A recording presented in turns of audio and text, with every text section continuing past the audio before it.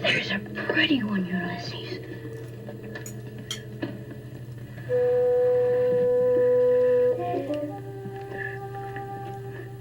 There it is. Hello BookTube, I'm Sean the Book Maniac. Welcome back to my channel. Here I am with another Friday Reads. It's pretty hot out here. Can you see the sweat?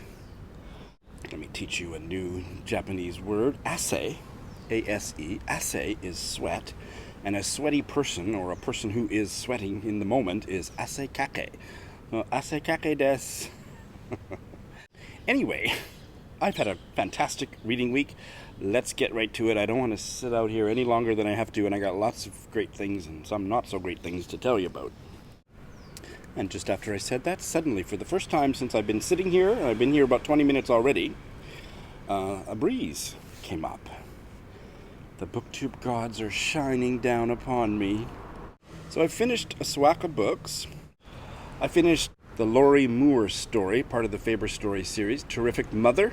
4-star read. Doris's in my video is in production. Stay tuned, but it didn't quite fulfill the promise of its beginning, but I still liked it.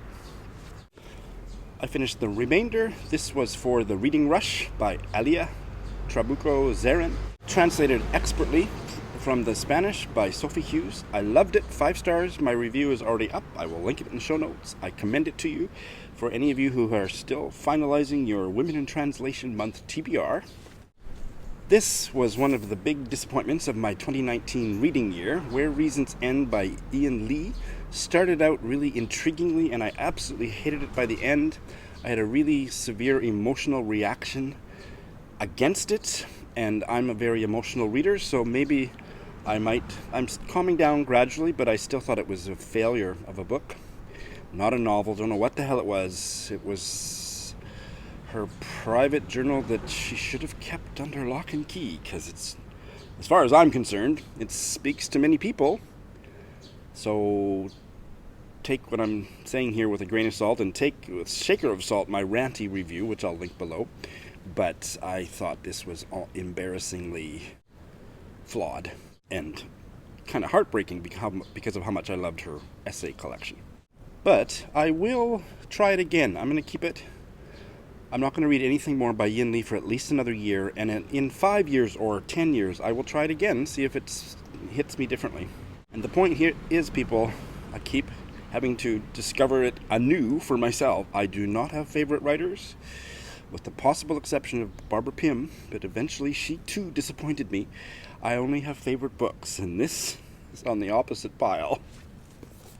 And I finished Denton Welch's last novel, A Voice Through a Cloud, and I've just filmed a review. The review won't be up before this Friday Reads goes up, but it will be up this weekend sometime, I think. Absolutely loved it. The highlight of my reading rush week, and a novel that touched me deeply. It's not a novel for everyone. Check out my review when it goes live, but yeah, it's Denton Welch, 2 for 2. So Denton Welch is on my favorite writer list temporarily. Ian Lee's off. Barbara Pym is hanging by a thread. Denton Welch, 2 for 2. So those are the ones that I finished. I was hoping to finish more, but I did the best I could, and who cares, right? And I have no bails. Women in Translation Month started yesterday, and I am so excited. And I have to say that with the heat and just, busy with other stuff, yesterday being the first day, I started a whole bunch of books, but I didn't get far enough into very many of them to give you much more than a very superficial impression. But here goes. First one I started yesterday morning was Waking Lions by Eilert Gunder Goshen, translated from the Hebrew by Sandra Silverstone.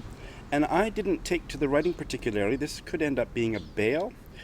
And it's got a very unlikable protagonist, and I am slowly coming out of the closet as somebody who is, if the main character is an asshole, I don't usually end up liking the book. There are exceptions, but I was kind of put off by it. But I've only read 15 pages, so I will give it more of a try, but won't be particularly surprised if this is my first bail of Women in Translation Month. Much more successfully, I started this short story collection, Father May Be an Elephant and Mother Only a Small Basket, but ... by Gogu Shyamala. who is a Telugu writer from India. And I keep saying that there's so many translators that I can't name them all. I've now looked at the back, and there are, how many are there? 1, 2, 3, 4, 5, 6, 7, 8, 9. There are 9 translators, so yeah, I'm not going to type them now. But I will tell you about the first story, and this is a buddy read with Amelia of Amelia Reads. And she and I both really quite liked the first story, which we read and discussed yesterday. And it's the title story. And it was translated by Enogantha Tandrikana and Ikula Butanda Tali Nayam. I like the way it's set up. The section breaks also have that kind of leaf-like thing. And this is a kind of a naive, tender story. I read the opening of this story on my TBR, my book haul video, which I'll link. Told through the perspective of a young Telugu girl. Her father had been kind of run out of town under suspicion of a theft that he did not commit, and her mother is making do. And then the father comes back, and then there's a lot of surprising stuff that happened. I don't think the writing/translation is wonderful, but it's serviceable prose. But I really got the atmosphere of the life these people lived, and the emotions were conveyed in a way that was for me quite poignant. I was drawn deep into the story. There's a lot of vocabulary expressions from Telugu that are not translated directly in the text, but there's a cumbersome glossary at the back that you have to kind of read in its entirety because it's not well organized.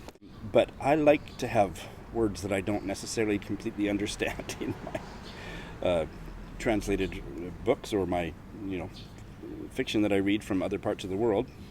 I think it makes it better. I was really impressed, actually.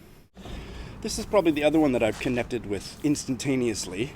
Family Lexicon by Natalia Ginsburg, translated from the Italian by Jenny McPhee, and I'm only a dozen pages into it. Yep. And it's hilarious.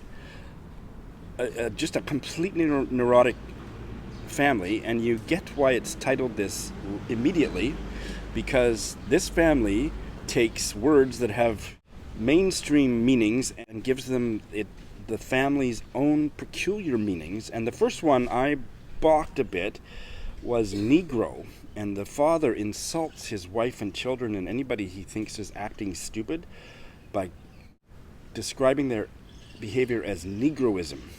And this is a Jewish Italian family, and there's a footnote that there's an International Jewish Studies Institute in Italy, and the director swears up and down that it was not a racialized use of the word Negroism.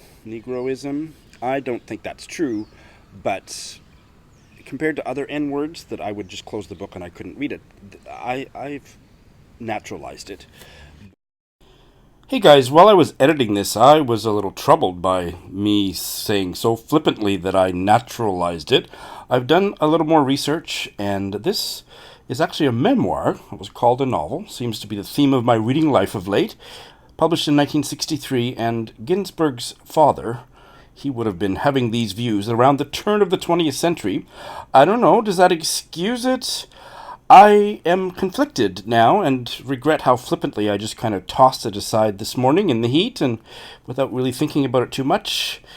Here is an excerpt I'd like to read you from an article by Deborah Eisenberg in the New York Review of Books about Ginsburg's writing, and this issue in particular. The indented part is a quote from Family Lexicon. Ginsburg had 4 older siblings, Gino, Mario, Alberto, and Paola, in a lively Torinese family. It is her outsized father, Giuseppe Levi, known as Bappino, whom we meet first, and he takes up all the space, as he would have to a child, storming and ranting like a comic opera tyrant. Despite being a scientist, he initially appears to be totally irrational, anarchically domineering, preposterous, intolerable, and completely intolerant. And like many people who are quick to criticize, he embodies various qualities he denounces in others. He struck me as a real nitwit, he would say about some new acquaintance. In addition to the nitwits, there were also the Negroes. For my father, a Negro was someone who was awkward, clumsy, and faint-hearted. Someone who dressed inappropriately, didn't know how to hike in the mountains, and couldn't speak foreign languages. Any act or gesture of ours he deemed inappropriate was defined as a Negroism. "Don't be Negroes! Stop your Negroisms!" he yelled at us continually. We were never allowed to stop for a snack in the mountain chalets, as this was considered a Negroism. Protecting your head from the sun by wearing a kerchief or a straw hat, or from the rain with a waterproof cap, or tying a scarf around your neck were also deemed Negroisms.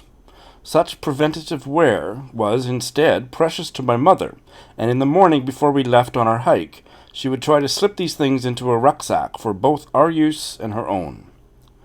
If my father laid his hands on any of them, he would angrily throw them out. McPhee provides an interesting note on the words Negro and Negrigura, which she translates as Negroism. And in answer to the assertion by an expert on Venetian Jewish dialect that Negrigura simply was used to mean foolish thing and never had overtly racial content, she says, Ginsburg, however, was very aware of the word's racial significance, and her deliberate placement of these terms on the opening pages of her novel resonates throughout the book.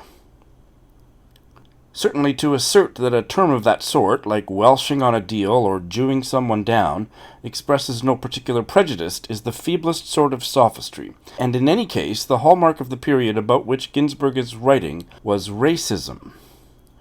A mist of love and gratitude for Italy, for the general warmth of the people, for their expressiveness, for their spaghetti, tends to obscure from our awareness certain historical facts, and urges us to imagine that anti-Semitism was a stance rejected even by fascist Italians. But this was not at all the case. So there is some much-needed context to my rather flippant comments. And maybe other readers wouldn't, but there's so many words that this family uses that where there's not that kind of a shade to them, but just hilarious. They're absolutely batshit crazy, these people. Eccentric, really. It's a hoot. So this one is a hit. It's a hoot. It's a hit. I hope to finish it before I go to Canada. I also started Saygu by Maurice Condé, translated from the French by Barbara Bray, and this is a chunky 500-page novel. I don't know if I'll finish it this month, but I have read 15 pages, and yeah, it's reminding me of Jennifer Nansubuga Makumbe's novel Chintu.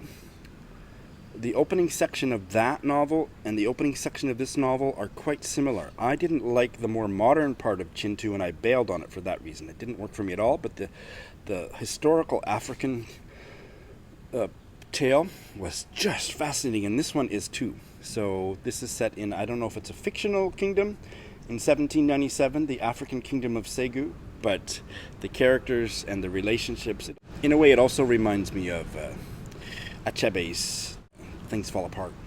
But yeah, really enjoying it. Barely into it. And the last one, and this started this at the end of my reading day yesterday, and I was pretty tired, so I didn't get very far.